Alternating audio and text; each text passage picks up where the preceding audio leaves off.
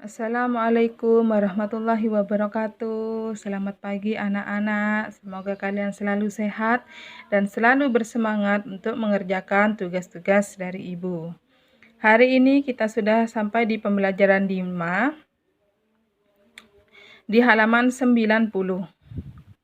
Untuk tugas hari ini kalian mengerjakan di buku yang sudah diambil di sekolah.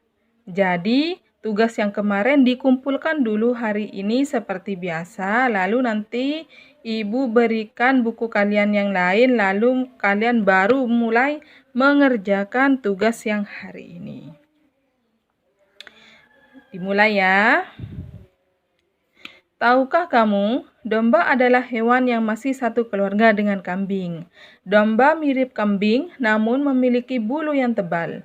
Bulunya biasa dijadikan benang wol. Daging domba dapat diambil manfaatnya. Biasanya diolah menjadi gulai, satai, dan sebagainya. Sekarang kita lanjutkan lagi bermain peran dengan dongeng anak gembala dan serigala. Jadi domba ini berbeda dengan kambing, memang hampir sama jenisnya tetapi berbeda. Banyak ciri-ciri yang membedakan antara kambing dan domba. Misalnya yang paling terlihat yaitu bulunya. Bulu domba itu lebih tebal, hampir seperti handuk ya. Kalau kambing itu lebih mulus, bulunya halus-halus. Dan bau domba itu lebih menyengat daripada bau kambing. Di halaman 91, di sini sebenarnya kalian harus memainkan peran dongeng anak gembala di depan kelas, tetapi karena kita pelajaran online, jadi memainkan peran ini kita lewati. Susunlah kata-kata di bawah ini sehingga menjadi sebuah pesan moral yang terdapat pada dongeng anak gembala dan serigala. Jadi tugas yang pertama, kalian menyusun kata-kata yang belum rapi ini menjadi satu kalimat. Bu, apa menyusunnya itu?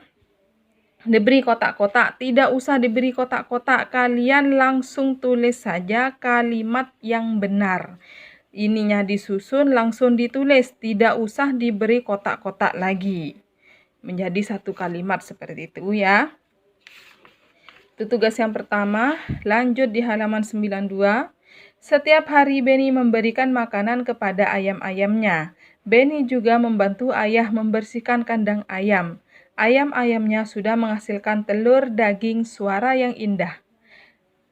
Beni berpikir ayam akan senang jika kandangnya bersih. Di sekolah, Beni juga selalu berbuat baik. Ia sering membantu teman yang terjatuh supaya berdiri kembali. Kita perlu bersikap baik kepada sesama manusia. Kita akan merasa senang jika ada orang lain yang menolong kita. Orang lain pun akan merasakan senang jika kita membantu mereka. Bersikap baik kepada sesama manusia adalah bentuk pengalaman Pancasila.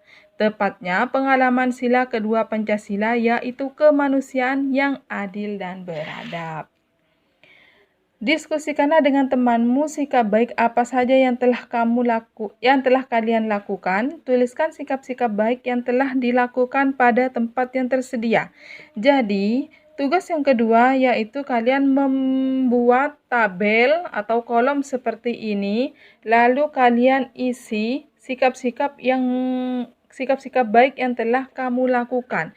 Ini untuk dirimu sendiri, bukan mencari jawaban di cerita Beni tadi. Jadi ini memang menceritakan diri kamu sendiri. Kolom yang kedua, sikap-sikap baik yang temanmu sudah lakukan. Kalau sekarang kan kalian tidak bisa bertemu teman. Mungkin kalian masih ingat teman di kelas 2 dulu ada yang sikapnya baik atau pernah membantu kalian atau pernah membantu teman yang lain, kalian bisa tulis di sini. Jadi kolom yang pertama ini adalah kolom untuk kalian sendiri dan kolom yang kedua ini kolom untuk teman kalian. Terserah, bukan hanya satu orang temannya yang ditulis, seingat kalian saja. Itu tugas yang kedua. Dilanjut, buatlah percakapan yang menceritakan perbuatan yang telah kamu lakukan kepada teman. Bermain peranlah sesuai percakapan yang kamu buat. Untuk tugas yang ketiga ini, kalian disuruh membuat dialog atau percakapan tentang perbuatan yang telah kamu lakukan kepada teman. Gimana cara buatnya? Ada contohnya di sini, di halaman 27. Ini namanya percakapan Putri 1, Putri 2. Bu, cerita ininya ditulis apa tidak, Bu?